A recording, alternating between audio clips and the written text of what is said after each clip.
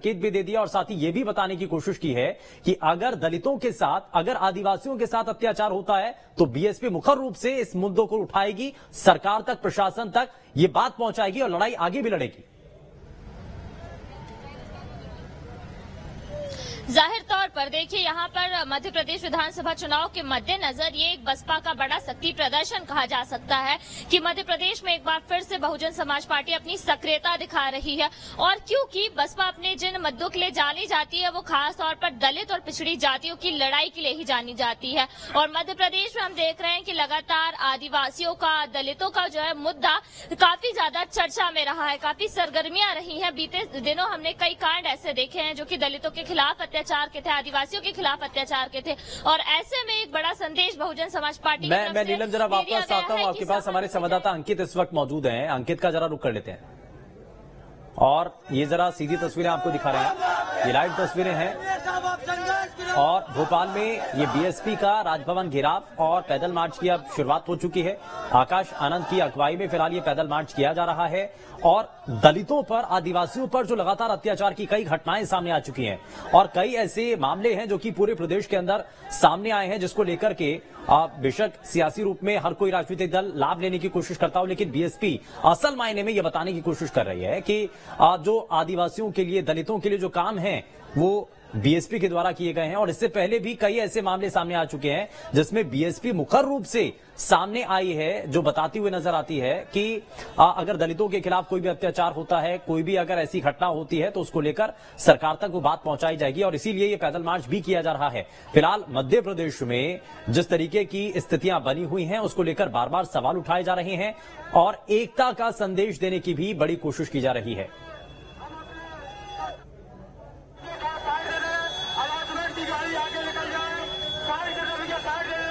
तो नीलम हमारी संवाददाता लगातार हमारे साथ बनी हुई है। नीलम, जरा जल्दी से रुक आपका कर रहा हूं।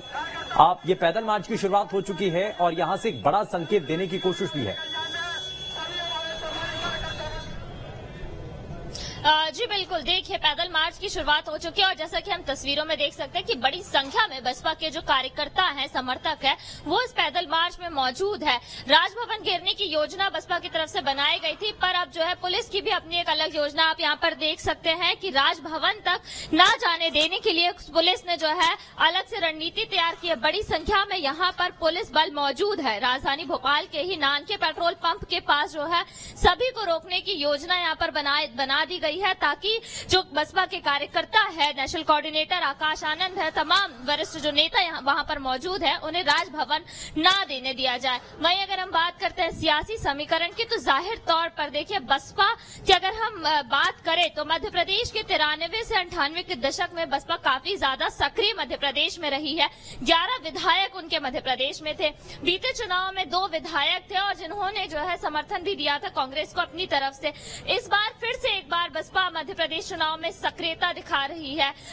साल की शुरुआत में बहुजन अधिकार यात्रा निकाल करके संदेश दिया गया था कि बसपा एक बार फिर से सक्रिय हो रही है और आज इस तरह से हम देख रहे हैं कि एक बड़ा शक्ति प्रदर्शन जिसमें कि मायावती के भतीजे बसपा के नेशनल कोऑर्डिनेटर आकाश आनंद शामिल हुए हैं और सीधा एक संदेश दिया गया है कि मध्य प्रदेश में दलितों के खिलाफ, आदिवासियों के खिलाफ, पिछड़ी जातियों के खिलाफ जो अत्याचार हो रहे हैं, अगर उन्हें नहीं रोका गया तो यहाँ पर जो है बसपा बड़ा जो अपना संदेश देते हुए नजर आ रही है। हालांकि अब ये देखने वाली बात होगी कि यहाँ पर जब वो पहुंचते हैं तो क्या राजभवन की ओर आगे उन्हें जाने दिया जा पाएगा, क्योंकि बड़ी संख्या में फिलहाल इस वक्त यहाँ पर पुलिस बल भी मौजूद है। जी बिल्कुल नीलम, और ये लगातार हम तस्वीरें भी दिखा रहे हैं, ये उस वक्त की तस्वीरें, ये सीधी तस्वीरें आप देख रहे हैं जब ये जो पैदल मार्च है वो आगे बढ़ाया जा रहा है और ये लाइव तस्वीरें इस वक्त आप देख पा रहे हैं। और साथ ही साथ ये आप देखिए अलग अलग स्लोगन भी इसमें दिए गए हैं।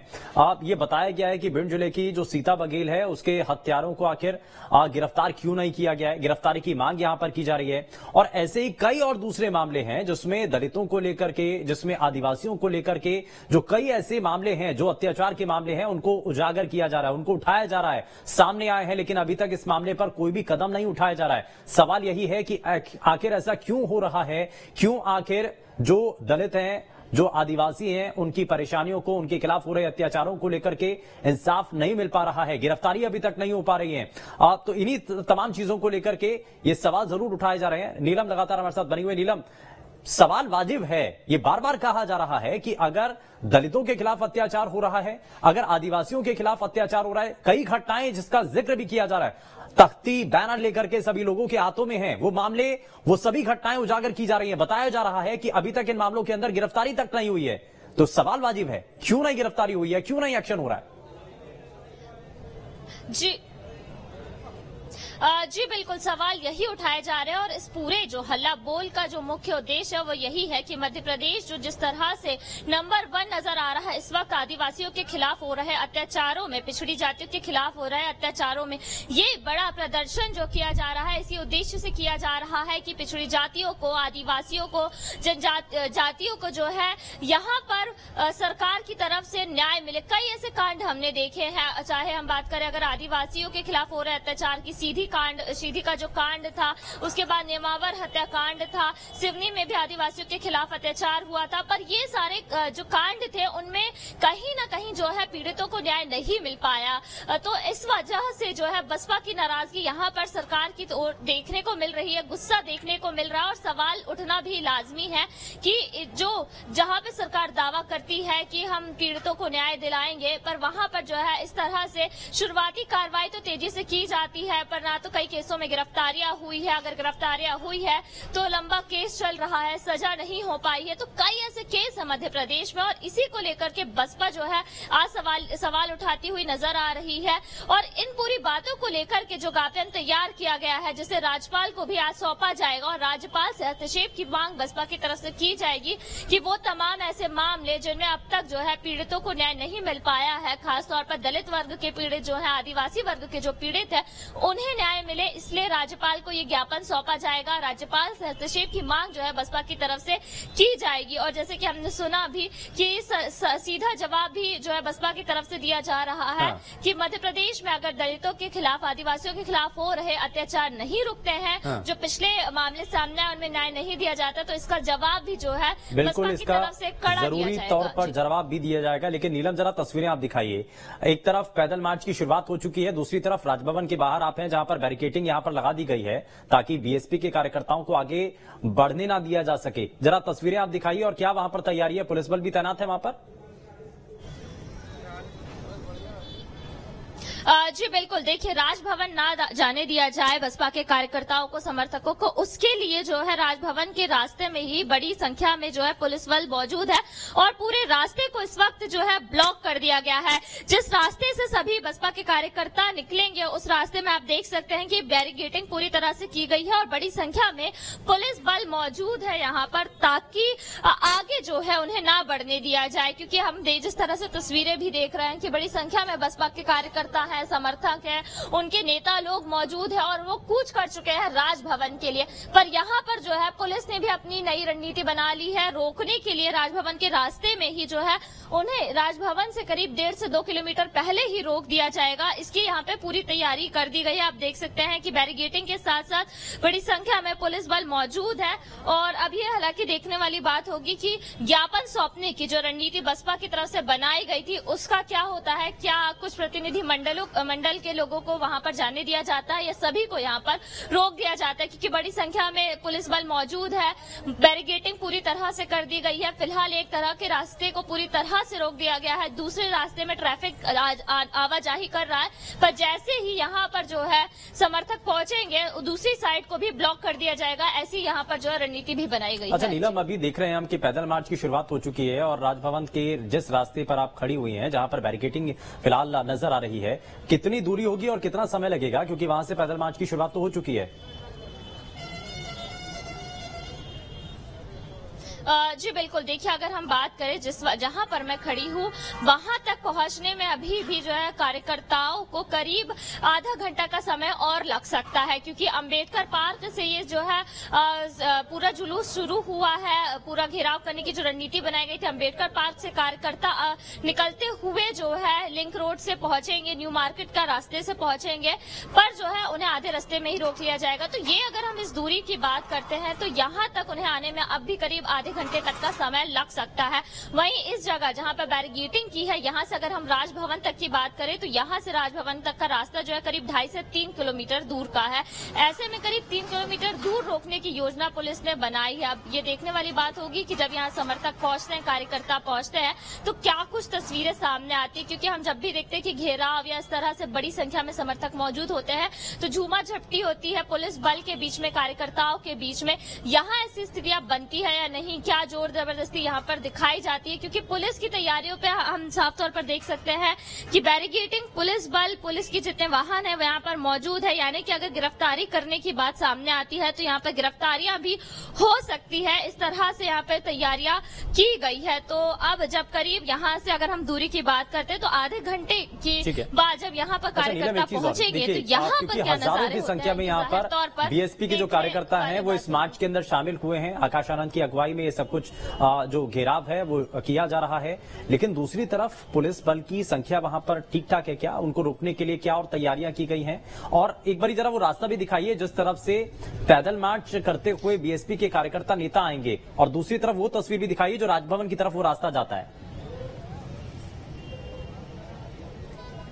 जी बिल्कुल। तो देखिए, सबसे पहले मैं अपने वीडियो जर्नलिस्ट से कहूंगी कि वो उस रास्ते को दिखाए जहां से जो है कार्यकर्ता आएंगे। ये आप देख सकते हैं कि ये जो रास्ता है इसे पूरी तरह से फिलहाल रोक दिया गया है और यहाँ पर पुलिस बल जो है बड़ी संख्या में मौजूद है, क्योंकि कार्यकर्ता हमने देखे हजारों की संख्या में वहां पर जो है बसपा के कार्यकर्ता समर्थक मौजूद है। और ये पूरा रास्ता है, अगर अम्बेडकर पार्क से यहाँ तक आने की बात करें तो 3 से 4 किलोमीटर का ये पूरा रास्ता है। यहाँ से जब सभी पहुंचेंगे तो यहाँ पर पूरे रास्ते को जो है बंद कर दिया गया। वहीं अगर हम राजभवन की ओर के तरफ जाने वाली रास्ते की बात करते हैं तो ये यहाँ से न्यू मार्केट होते हुए राजभवन जाने के रास्ता है और यहाँ पर जो है उन्हें रोक दिया जाएगा। राजभवन की दूरी यहाँ से करीब 2.5 से 3 किलोमीटर तक की है। तो ऐसे में राजभवन से काफी दूरी पर जो है सभी को रोकने के लिए पुलिस बल की तैनाती भी की गई है। बिल्कुल, यहाँ पर पूरी तैयारियां हैं, पुलिस बल की तैनाती भी है। बड़ी संख्या में जब कार्यकर्ता यहाँ पर पहुंचेंगे तो उनको रोकने के लिए बैरिकेडिंग भी की गई है और पुलिस बल जो है इस वक्त मौजूद है। मैं नीलम आपके पास वापस लौटूंगा, लेकिन शिवराज राजपूत हमारे संवाददाता इस वक्त सीधे हमारे साथ जुड़ चुके हैं, जरा उनका रुख कर लेते हैं। शिवराज, अभी ये पैदल मार्च शुरू हो चुका है, कहां तक पहुंच चुका है और क्या तैयारी है आगे, क्योंकि पुलिस बैरिकेडिंग करके पूरी तैयारी के साथ आगे बनी हुई है, रास्तों पर बैरिकेडिंग है, रोकने के लिए पूरी तैयारी है।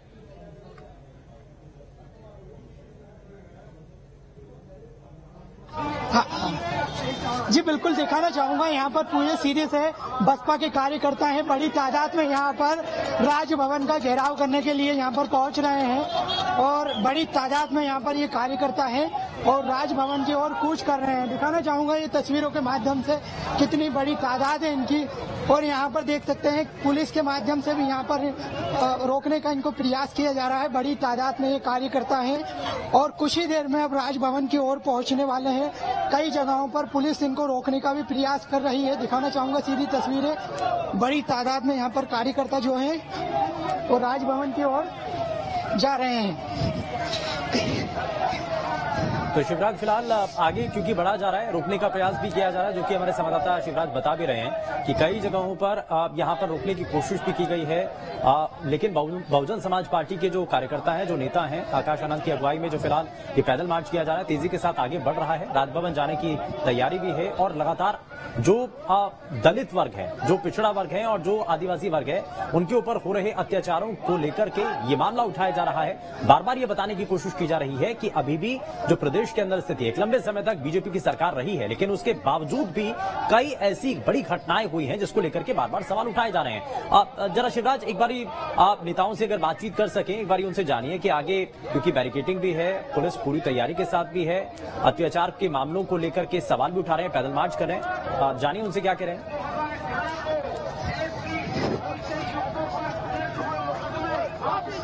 जी बिल्कुल, यहाँ पर हम जो बसपा के नेता उनसे भी बातचीत करने की कोशिश करेंगे। पूरा प्रदर्शन किया जा रहा है, क्या कहेंगे आप?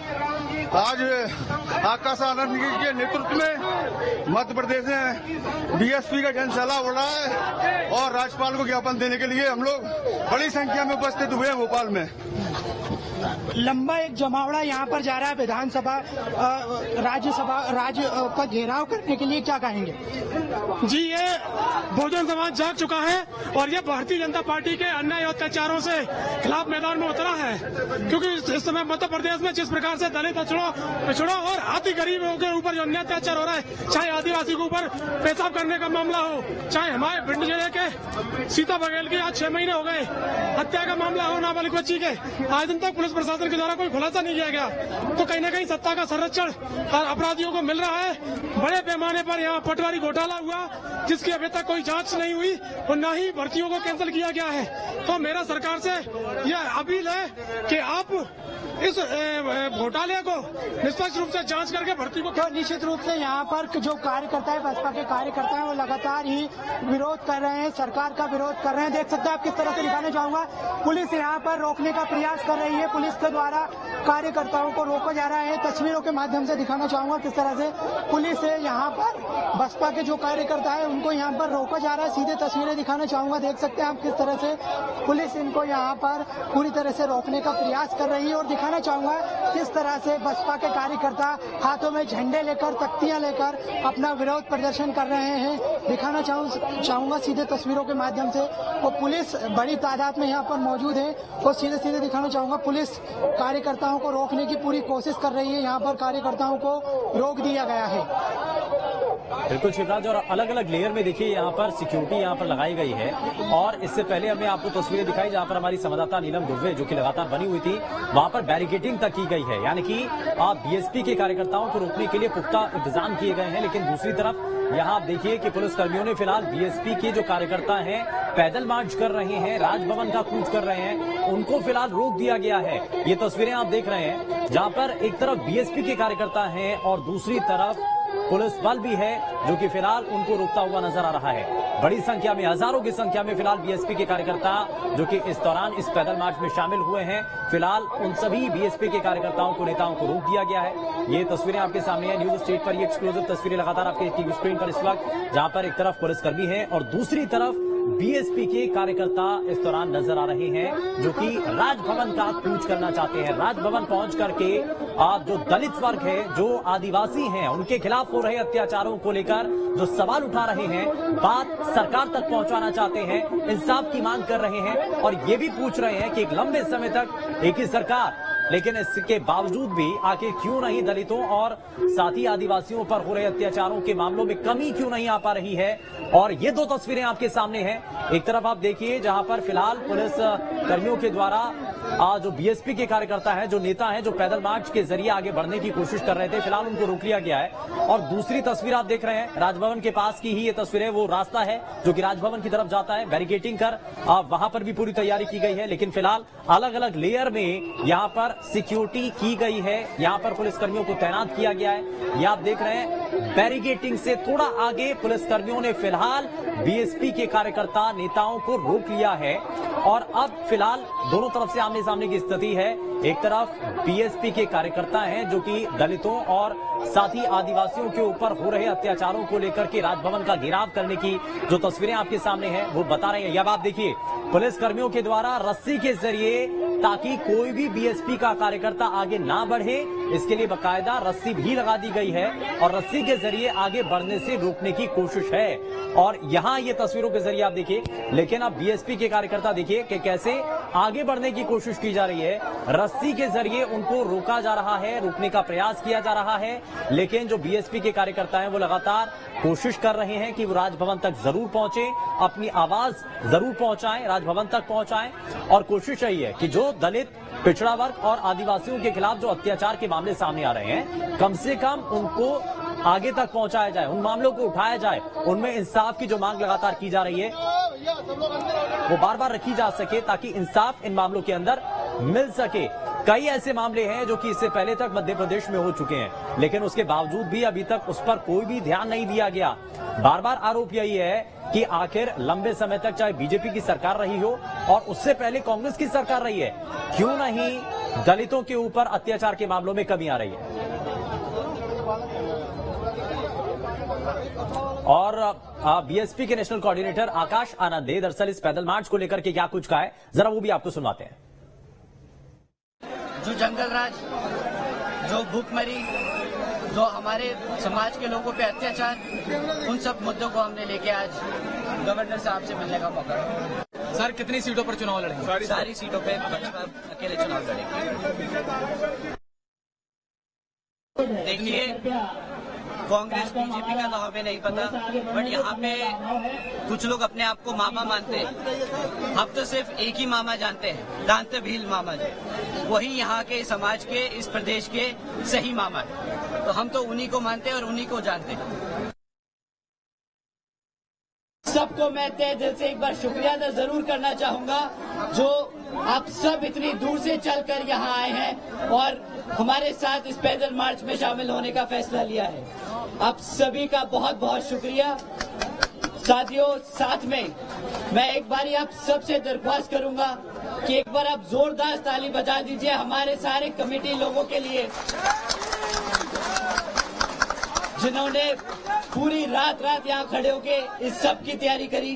तो आप सभी का मैं भी तहे दिल से शुक्रिया अदा करता हूँ। जय भीम, जय भारत। और हमारे संवाददाता शिवराज भी लगातार इस वक्त उस जगह पर मौजूद हैं जहां पर पैदल मार्च किया जा रहा है। शिवराज, अभी पैदल मार्च जो आगे बढ़ रहा था, बीएसपी के कार्यकर्ता नेता जो आगे बढ़ने की कोशिश कर रहे थे, रस्सी के जरिए पुलिस ने उनको फिलहाल रोक लिया है।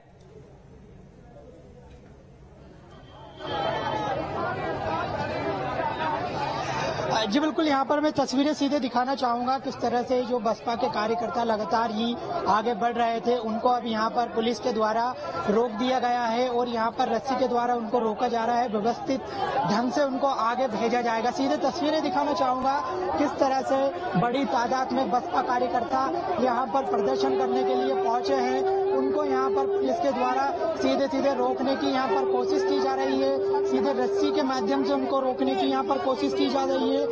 सीधे तस्वीरों के माध्यम से दिखाना चाहूंगा किस तरह से एक बड़ा हुजूम यहाँ पर बसपा कार्यकर्ताओं का उमड़ा है।